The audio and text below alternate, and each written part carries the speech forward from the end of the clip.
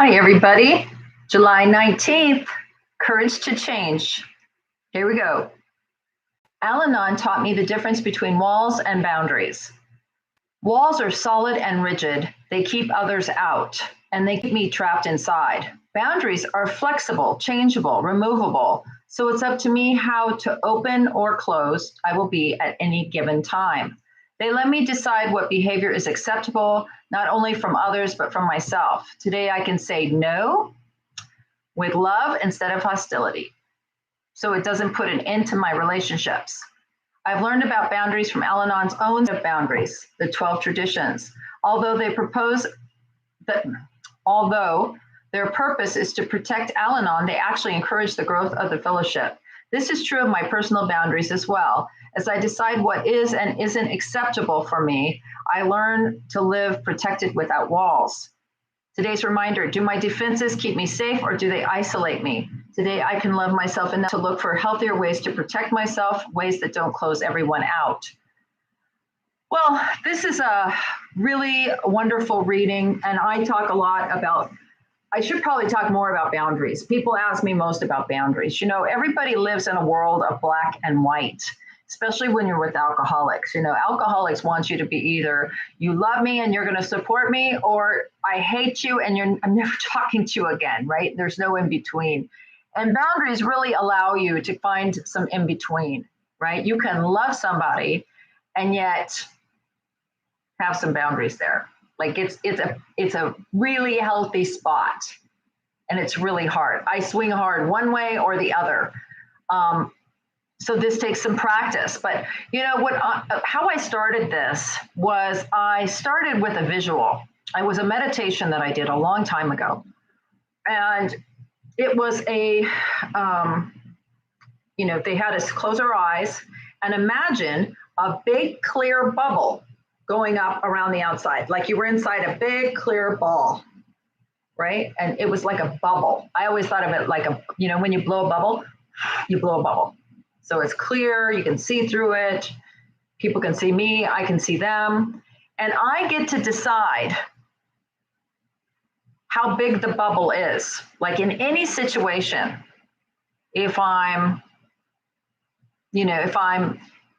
at work, I might have the bubble out a little farther from me. And I kind of want to keep people out there, right? And then if it's a date or something, maybe I pull it in and they can be closer to me. They can come in. But I get to decide what comes through the bubble. I get to decide what goes out through the bubble, and I get to decide what comes in. And if stuff is coming in and I don't want it, it bounces off the bubble. I don't take it in. Energetically, spiritually, nothing. I don't take it in. I'm really glad we talked about this because I haven't talked about this for a while. And this is really so powerful. So, I can kind of have a dial, an imaginary dial that I can open the permeation of the bubble, how much love I'm going to let out. I want to be like, if I'm at the bank, I want to be kind, but I'm not going to be overly kind, right? And if I'm with my nieces and nephews, I'm going to be overly kind, but I'm going to be able to pull it back a little, right? I get to decide. So that gives me kind of a place to be with some physical boundaries. Who gets to touch me? And what am I accepting as behavior? It used to be that if someone was yelling at me or screaming at me or saying terrible things to me, yes, believe it or not, that happens. I would take it all in and I'd be a puddle. Now no, like I can stand there and I can let someone have their emotions and I turn up the volume on that bubble. The bubble is now steel. It's clear, but it's steel. I'm not taking any of that on. That's not mine. I'm not doing that. That's something that's going on with you, and I'm not going to do that. Put that right up. I have to do that just to be on social media. There's a lot of haters out there, And you got to have some kind of control about what you're going to accept and what you're not. How people talk to you in relationships, what you're going to accept, how much abuse you're going to accept. Now, just to, I mean, when I was young, I had a very strict, you ain't talking to me like that, and then as I got older, if I was really, in love with someone or something, they'd say terrible things and I'd be okay with it. I didn't mean it. They don't feel well, and now I'm like, no, I don't do that. That's not what I'm about. I don't want to do that. So that boundary is kind of like that. And I get to choose that. And it doesn't mean I don't like you or I like you. It just means I'm controlling my little aquarium. I do the same with the TV. If I'm watching TV and the news is on and it's assaulting, it's scaring me, I turn it off. I don't want to be scared.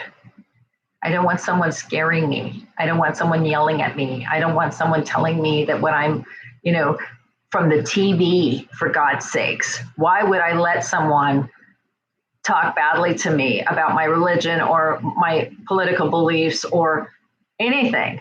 Why would I do that? I'm not going to do that. And I turn off the TV. I'm very selective about what I watch because I'm affected by that. The same with what I read, what I listen to, the people I'm around. One of the gifts of getting older is you realize I don't have to put up with this. I can leave. I can walk away. And if I'm unsafe, well, then I really need to figure out how did I get in a space where I'm so unsafe that I can't leave, right? What's happening here? So I like this idea that I have the control volume.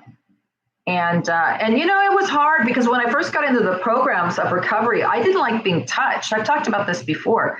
And people are touchy. They want a hug. I was really happy when the pandemic happened for the reason, that sounded wrong. One of the benefits of the pandemic was that people had to stay back. I like that. I have a big bubble thing. I don't like it. And in AA, they used to people come up behind me. I was sitting in my chair and they kind of rub my neck. Hey, kiddo, how you doing? Oh, don't touch me. I just don't want to be touched. People come up and just hug you. And I'm like, don't hug me. And some of these creepy guys, hugging and full body press. It was like, oh, no, I'm not doing that. And I got to the point where I just told people, I hold up my hand and I'd say, I'm sorry, I don't hug. I do it with a smile. But I tell them, hey, I'm sorry. I'm sorry, I don't hug. Right? I don't hug.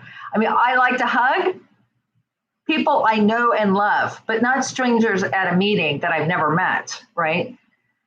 I just, that's just me. I know that sounds crazy, but what I'm saying is you get to have boundaries. You get to decide who's in your house, who gets to come in, even if you have children.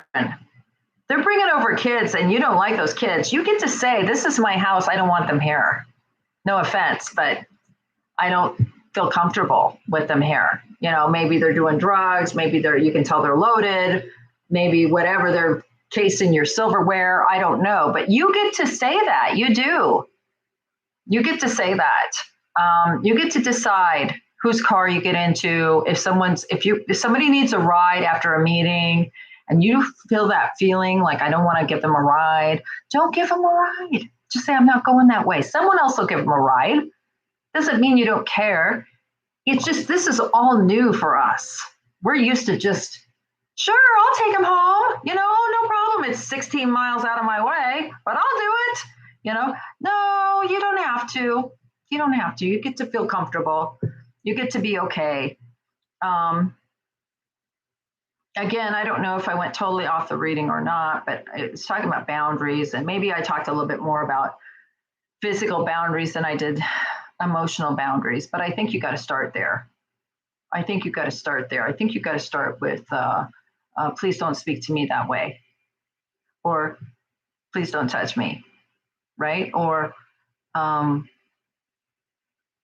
don't need a ride. I've already called Uber. You know what I mean? You get to start doing that stuff. You're worth it. I love you. Bye.